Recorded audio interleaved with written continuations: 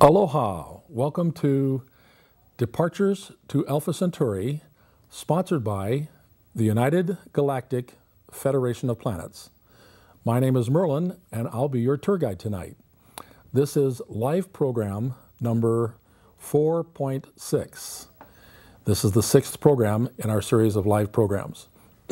Tonight is Saturday, July 16th. It's now 8:30 and a half, and I'm coming to you live from Tucson, Arizona.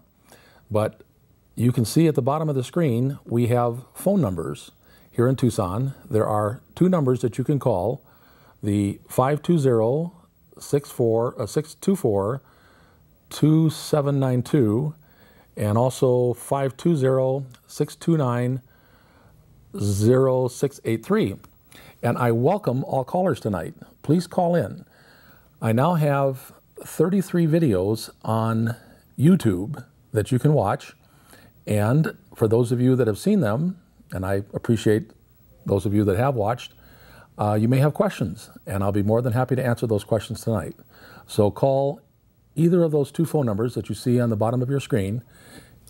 Now, some of you folks are watching on your internet station or internet computer, and you may not be in this area code, so remember to use the 520 in front of the phone numbers.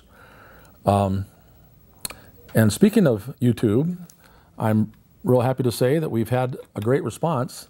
When you do go on YouTube, this is what the page will look like, and you'll see the videos listed. And as I mentioned, there are 33 of them. We have been able to post actually, let me think about this, 16 programs, but they had to be cut in half, and one of them actually had to be cut in thirds. So that's why we ended up with, 15 programs. One of them was cut into, no, that's right, 16 programs. One was cut into thirds, so we ended up with 33 segments that run about 15 minutes each. But the programs are all found on YouTube. I'll give you a little closer view of what they look like.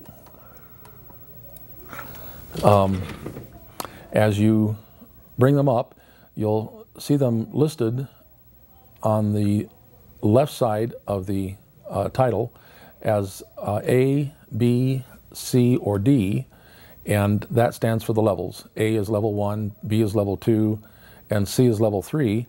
And then since they had to be cut in half, then you'll find Mars as A1A. Mars is the first program at the first level. And then the first part is Mars Part 1, or Mars A1A. And then the second half of Mars is Mars A1B. And then as we scroll down the listings of all these programs, you can see the titles and the numbering system. And for those of you that have followed these programs, you may also know that they are designed to keep people from being offended. And the level 1 programs are considered PG-13, so they shouldn't offend anyone. And as you can tell by the shirt that I'm wearing, this is a level 1 program. I will always wear a Hawaiian shirt for level 1. The level 2 programs are only for people that believe in angels, and I'll be in a plaid shirt for that program. And then the level 3 programs are not for people who have a strong belief in religion. They are not for people that have a strong belief in science, and they're not for people that have a strong belief in our politicians' explanations of what's happening to our world. But if you don't fall in those categories, then I encourage you to watch, and I congratulate you. The information at level 3 is very important. In fact, the tribute, the third program at level 3, is actually top secret information. It came from a very unusual source. It originated in the Dead Sea Scrolls, but it is currently under wraps at the Ministry of Antiquities in Israel, and the gentleman that provided the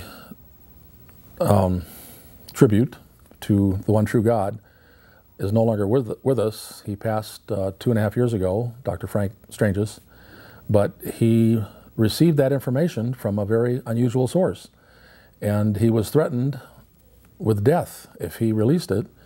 He did anyway, and then it's available on YouTube as program 3.3. The reason it's so controversial is because it tells about a God who is not currently recognized by our world. This talks about the one true God, the Supreme Being, the great I Am. And no one at this point in time, no humans, acknowledge the one true God. Unfortunately, we have all these other gods. But I shouldn't get into that because this is a level 1 program and we do not talk about God at this level. So don't get me started.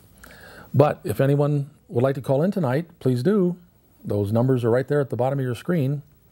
And I would love to talk to anyone. But now remember, if you're watching tonight, Saturday, July 16th, you can call in. If you're watching this later, after July 16th, then this is a recorded broadcast and you can't call in. It won't work. So, I'm going to keep everything open here in case someone does want to call in. But in the meantime, I would like to tell you folks a story. This is a rather unusual story. My wife and I got into this 12 years ago in Hawaii. You might say I had the perfect life. I was flying wide-body jets over water. I worked for a major airline that's based out of Hawaii, and I was fortunate enough to be able to fly DC-8s, DC-10s, L-1011s, 767s. And when you fly over the oceans, you don't have the problems they have flying over land. When you fly over continents, you get big storms with icing and all kinds of complications, and it's not a safe kind of flying, as safe a flying as what we did at my airline. But we are the safest airline in the world. We've been in operation for 82 years, starting back in 1929. We're the oldest airline, and we have never killed anybody, knock on wood. So my company was a very good place to work, and we had very nice equipment and very nice people, and I really enjoyed the job. But 12 years ago, our house burned down in Hawaii, and it set us off on this amazing adventure, and it's been quite an experience. I have learned just enormous amounts of information. I tell people I could write a whole set of encyclopedias. There's been so much given to us. But I've also been told that I'm to have others in me besides myself, and I'm seeing more and more signs of that in recent days. I went to Costco this week on Tuesday, and I was going to pick up some salt tablets that we need in Hawaii. If you're haole like me, white guy, and you work outside a lot, you're always sweating, and you tend to lose your body salts, and then your organs will hoard whatever salts are left. So kidney stones are real common in Hawaii, and the way to prevent them is to take salt tablets. But I had ordered these tablets at Costco, and they came in about a month ago. I didn't have a chance to get over to pick them up, so I went by there on Tuesday. Well, the woman that I spoke to said I had been in the week before and ordered some mouthwash. And I told her, no, you sure it was me? And she says, yeah, it was you, guy with a white beard and chipped tooth, and the same last name. And I hadn't been in there. And then she didn't think I had those salt tablets, but the pharmacist had called me a month earlier and said they were in, and I told her I'm sure they're here. And she let me look around the corner, and sure enough, there they were. Well, how could somebody who looks just like me go into that Costco pharmacy last week and order something under my name and not have it be me? Then, last month, here in Tucson, there was a Jehovah's Witness convention, and it went over 2 weekends. And I had gone just to check it out the first weekend, spent a few hours, and I didn't go the second weekend. But my neighbors, close friends who were Jehovah's Witness, said that somebody who looked just like me showed up on the second weekend and actually went up on the stage and tried to take over the lectern. Well, that wasn't me. I wasn't there. As a matter of fact, I was probably home sleeping because I've been told to sleep a lot lately. So that's curious. Well then, 3 years ago, I was in San Diego with a good friend of mine, and he is a graduate of University of Arizona here in Tucson. He's also part Indian, and he is a graduate of Yale Law School. John has given me enormous amounts of information. He's the one that I talked about on the program where I talked about tels.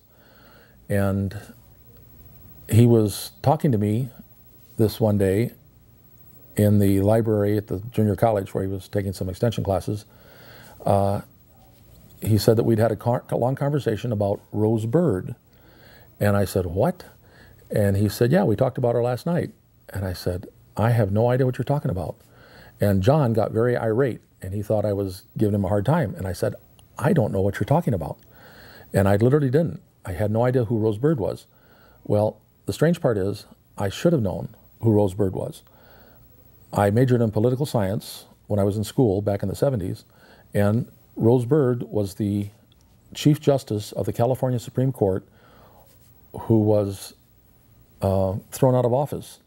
In California, the justices have to run for re-election, and no justice had ever been not re-elected. Well, she had refused to sign off on any of the executions in California. The state had a law allowing capital punishment, and she just did not believe in it, and she would not sign off on executions. So the voters of California threw her out of office. And that is a very political type event. And since my major was poli-sci, I should have known who Rose Bird was. But I literally had a blank. I didn't know what John was talking about, and he got really angry. And so I looked her up on the internet. We're sitting in this library, and I've got a computer, and sure enough, I should have known Rose Bird. And I'm sure I did. But at that point in time, I had no more memory. It had kind of like been erased. And I've talked to other friends who have claimed to have conversations with me, and I have no recollection of those conversations. Well, I was told 12 years ago that I was going to have company inside this body, and I would have no memory of conversations or events or anything. And it's happening. So my request to all of you out there in TV land and internet land is that if you see me somewhere, and I'm pretty hard to miss, I'm a rather heavy-set white guy with white beard and a chipped tooth. If you see me anywhere in the United States or in the world, contact me on YouTube. There's an internet function on YouTube. There's a, not internet, there's a, let me go to the larger screen here. Excuse my clicking. Oh, I didn't take this up. We'll run this up to the top, and there we go. You can actually talk to people, contact people on YouTube, and I'll respond to your emails to me and let me know if you see me somewhere. Now, the curious part is I spend all my time here in Tucson. I don't really travel. I could because I have benefits on my airline, but I'm here pretty much all the time. And I have viewers in India. I want to thank you guys. I've seen some of your sites that have picked up my videos. And if you see me in Calcutta or New Delhi or wherever on a particular day, let me know, because I can't get there in a matter of minutes. It would take me a couple days to fly there, and I don't leave Tucson. I'm here like all the time. But I've got reports of my sightings all over the place now. And so something is going on, and I think I'm being transported. by means not of this world. Even though I have the ability to fly jumbo jets, I am somehow getting to places where I don't have any recollection of being, and it would be fascinating to find out that there are more sightings of me anywhere on the planet. This would tend to confirm what I was told 12 years ago. Now, if you folks did have a chance to listen to that Level 3 program, the Tribute 3.3, in it, and I apologize for talking about Level 3 at this level, but this is important. The great I Am, the one true God, says that God will speak through apostles and disciples, the messengers. And apparently, it's not just a matter of speaking through messengers like me, it's also a matter of using this body and appearing at conventions and trying to take over the lectern, which I wouldn't do. That's not my character. I don't force myself on people. But apparently, this being that is part of me, this supreme being, this great I Am, is very bold and will come out and tell people exactly the way things are. So I would love to hear if I show up other parts of the world that I'm not at. This body may be there, but I'm home sleeping in bed. And I am required to sleep an awful lot. I spend some days 16 hours a day sleeping. And it's wonderful sleep because it's very restful. I dream while I'm sleeping. And when it's time for me to sleep, I sense it right away. I get this overwhelming need to lay down, and I'm asleep in 10 seconds. So whoever's using me is very good at putting this part of me down. You might call it the original me. And when this body shows up in other places and this original me is not in it, you might say that's the new improved me. So maybe the name for this program is The New Me, which is hard to swallow, but something is going on. We are living in very unusual times right now. All kinds of strange things are happening, and we're going to have a wild ride. And I encourage you guys to watch the last program at the first level, the 6th program that talks about earthquakes, because we want everybody to be here when the time comes. We're going to have an experience like no other humans have ever had in the history of mankind. We're going to get to leave this world and travel to Alpha Centauri, departures to Alpha Centauri. That's what this is about. And you want to be here for this, because this will be the most amazing adventure that humans have ever experienced.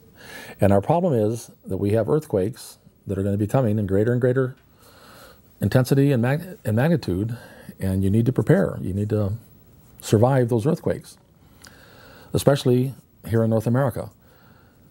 We have 4 continents that ring the Pacific: South America, Australia, Asia, and North America. Well, 3 of those continents have had major earthquakes. Japan in April had the biggest, or March, February, March, or April, I forgot now. Japan had the largest earthquake they have ever had. It was a 9 point something. And as most of you know, not only was it an earthquake, but it was a tsunami and a tidal wave, and they had a nuclear meltdown. Their nuclear power plant, 200 miles north of Tokyo, was virtually destroyed.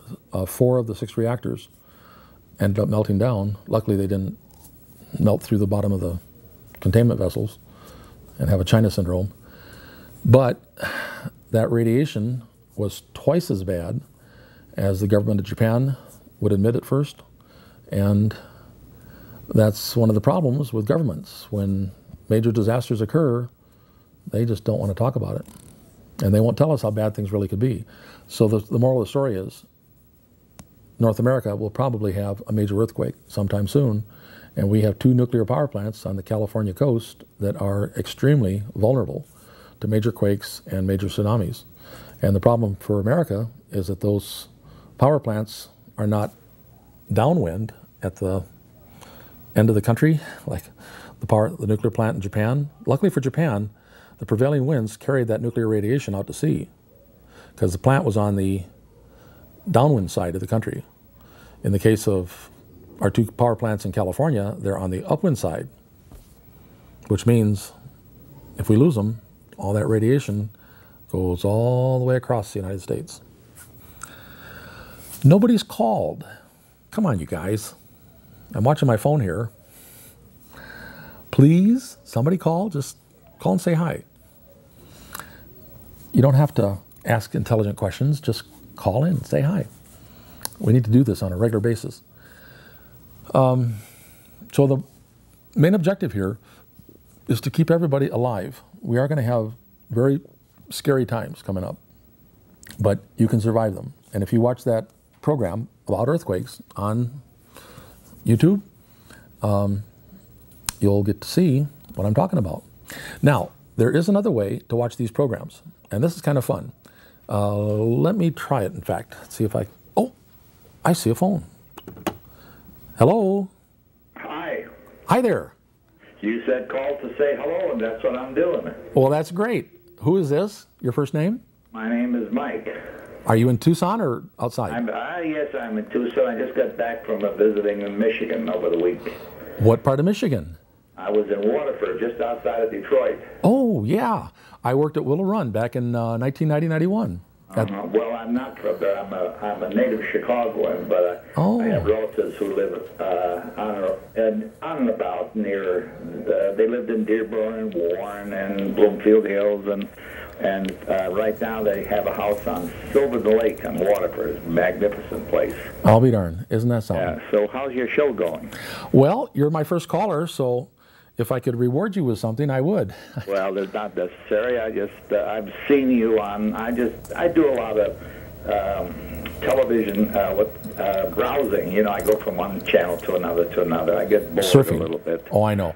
The commercial networks are well, so. How are things going on your program? What is the main thrust of your show? Can you tell me in a brief way, sir? Right. The objective is to prepare the evacuation of 7 billion people from planet Earth.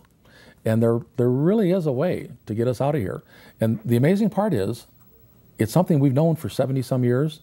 Albert Einstein gave us the equations, the theories, to split the atom.